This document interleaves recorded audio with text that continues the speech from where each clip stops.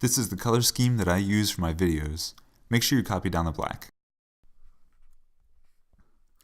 In question number 19, we've got a circle, and it says in the xy plane above, 0 is the center of the circle, or O is the center of the circle, and the measure of AOB is pi over A radians. What is the value of A?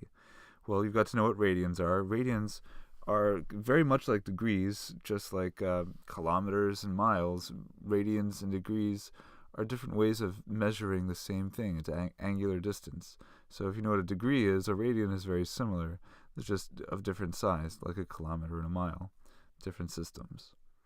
So what you can do is you can transport this from a circle into a triangle, and that's right here. You could say this, because this point is square root of 3 over 1, you could say we've got a triangle 1 square root of 3, and the radius would be c.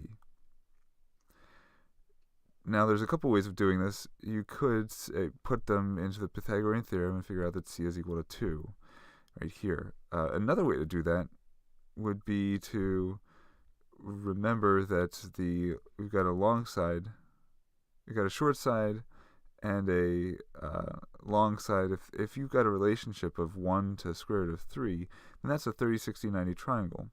And because it's a 30, 60, 90 triangle, you can say that this value here is 2. 30, 60, 90 is it's the same thing as 2. If you take two 30, 60, 90 triangles and put them back to back, you get a 60, 60, 60 triangle. And that's how you can figure out that this length is 2 also. In any case, once you know that c is equal to 2, you've got to basically arrive at the conclusion that there's a 30-degree angle right here. However you get to this 30 degrees, whether it be this equation or this kind of a picture, once you know that it's 30 degrees, that's great. But you have to have memorized that pi radians is equal to 180 degrees. That's their conversion rate. Just like there's, you can convert between Celsius and degrees, or inches and